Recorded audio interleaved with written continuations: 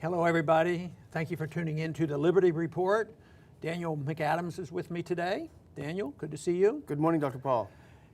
I want to talk about the Middle East. That's a hot spot. Probably the hottest of the hot spot is in Syria. There's been a lot of news on there and what's been happening, and it looks like it's escalating. The Russians are becoming more firm on their willingness to defend their ally, the Syrian government.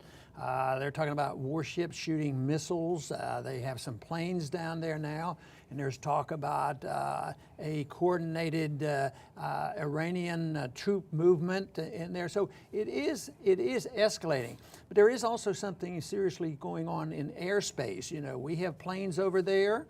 The Russians have planes over there. How about going into that a little bit? Who has the most planes and where are they? Where are they allowed to fly? And who's doing it legally, if there is such a thing? But all I know is it's very, very dangerous. And our government it stands for sending a lot of planes over there. But just talk a little bit about the airspace argument going on. Sure. Well, according to press reports, you know, the deal was made with Turkey that we would be allowed to use Incirlik base. And what we would give Turkey would be a no-fly zone in northern Syria, from which our rebels could take a base and then move on to Damascus. That was the plan. The Russians preempted the plan by heeding a call from the government in Syria for help, and they've essentially established a de facto no-fly zone over most, if not all, of Syria. And they've been hitting targets for the past week now, a little over a week. But if you'll see, there's actually a map behind me, and this is interesting because the big thing this week is Russia violated Turkey's airspace. And NATO has issued a warning. But the fact of the matter is that Russia went a few meters into Turkish airspace. They apologized, said it was bad weather that led them to do it. But NATO and the U.S. keep ratcheting this up. You're threatening NATO. But this is an interesting graphic if you look at it. The white line, the graphic behind me, the white line is the Turkish-Syrian border. You talk about violating airspace. This is do as we say, not as we do, because the yellow planes in there are over Syrian territory. Those are Russian planes. But all the green planes that are over Syrian airspace are U.S. fighter planes. So who is violating whose airspace? The U.S. is violating Syria's airspace because they don't have permission, unlike the Russians, not to defend what Russia's doing, but a sovereign state has given permission, and the U.S. is violating Syrian airspace. So it's not as cut and dried as the mainstream media would like to believe. So Assad didn't invite us in over there, to say the least. It seems like our mission is to get rid of Assad, and that's been our position for 4 years and the basis of so many problems that we have. But you know, this thing is escalating. It's getting worse, and they're getting more determined, and the neocons are going to come flying back here more and more and more.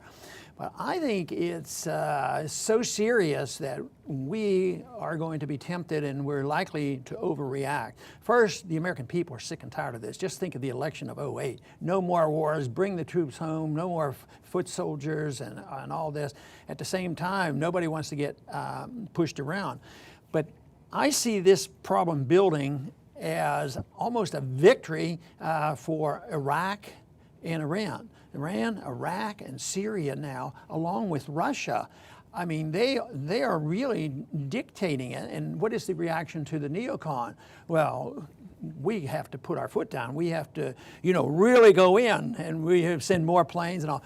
But, you know, one of the Republican presidential candidates has a solution and is going to solve all this problem. And I guess I'd like to see what you have to say about this.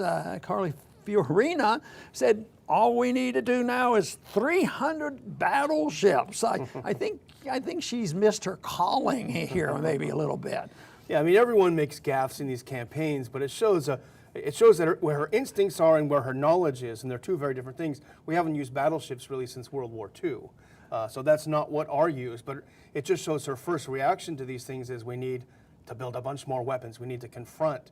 But you know, you talk about the neocons, and for example, what John McCain said, and he's not alone in this, Tom Cotton and a few others have suggested, he wants to send stingers to the rebels in Syria to get them to shoot down Russian airplanes. And this is just an open invitation for direct confrontation with Russia. That's number one. But number two, we've seen the history of U.S. involvement in this conflict. We hand weapons over to the rebels who hand them over to ISIS, or they are al-Qaeda in the first place. So you're looking at the end of commercial airline travel over that region for the foreseeable future, and that's a best case scenario. And I don't think John McCain has a very good record for picking out the moderates, you know, the friends. And I think it'd be hard for anybody to do that. But the most famous general in recent times, so to speak, General Petraeus, and he's still called upon for advice. So he said that what we need to do is to get closer and help al-Qaeda to fight ISIS. And I don't know how, you know, where is he? He's going to fight Assad, who's fighting ISIS. Now we're going to help al-Qaeda fight ISIS. It just seems so bizarre that this could add anything. You just pointed out these weapons, nobody even knows where they end up. So I'm afraid this is going to continue this way because, you know, the emotions with the neocons are such that people sort of sympathize. What bothers me is, first, the American people don't want more ground wars. They don't want to see anybody get killed. At the same time, Americans don't want to be pushed around. You know, I'll take charge, and Putin won't push me around. And so many of them are just, you know, you want to be tough. But how can you be tough if you're not fighting a war? And why should we be fighting a war that we shouldn't be in? I think they're trapped. I think it's. Not that the countries there or Russia have put us in there. I think we've dug a hole for ourselves. It's funny, you know, for 14 years since 9/11, they said, don't forget 9/11, never forget 9/11. Now they want us to forget 9/11. Yeah, right. We need to ally with al-Qaeda. But it's funny if you see how the mainstream media covers it in the U.S., they no longer, the New York Times, for example, has a map where they'll label the government areas in Syria, they'll label the areas that are controlled by ISIS, but the areas that are controlled by al-Qaeda, they just call it rebels. So they're really carrying water for the administration. But don't you remember, Dr. Paul, it was just about a week and a half ago that but the chairman of the Joint Chiefs of Staff was before Congress, and he said we only have about 4 or 5 vetted rebels in Syria. But now all of a sudden we hear about it, our rebels are being hit, our rebels are being hit. Well, where did they come from if you only had 4 or 5? Well, you forget, they were well trained. We spent $500 million on training these 5 guys, so they're supermen, and they're going to take... It's a farce, and hopefully, I hope we finally wake up, because intervention foreign policy doesn't work. And we see the failure all around us, and all we hear about is modify our intervention. Just change it a little bit, and it'll all be okay. But this is doomed to fail, and others should deal with this. You know, the Russians, the Soviets, you know, got bogged down in Afghanistan. We're bogged down still in Afghanistan. And now the Russians are coming back in, and we're bogged down. We're right down in the middle of it, and we can't fight and we can't leave, because technically we don't know that we're at war. We're not allowed to be at war. We don't declare war. We just have hit and miss and react and in and out and spend money. Now, some people that say build the battleships would use the old arguments that wars get us out of recessions and depressions. It helps unemployment. And I think there's a little bit behind that. Some people don't worry too much about, you know, just preparing for war.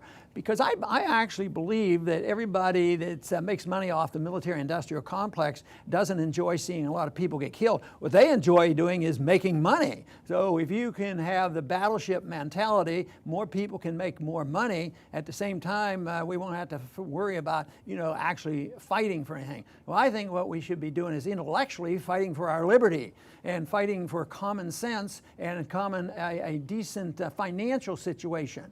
That means we ought to give up on this intervention overseas. We ought to bring our troops home. We ought to have a sound economy here and a sound monetary system and get the Federal Reserve out of the business of financing these wars, and we'd all be a lot better off. But the way this looks to me, the way it's going right now, does not look good, because there's going to be a major accident and there's going to be a rapid escalation, and all we have to do is have a few more Americans killed, the others being killed won't bother so many Americans, but a few more Americans will be killed, and then we're going to have somebody come in on a white horse and say, this is what we have to do, this is what we're going to have to do for America. That is what my biggest concern is. I'd like to thank everybody for tuning into the Liberty Report, and please come back soon.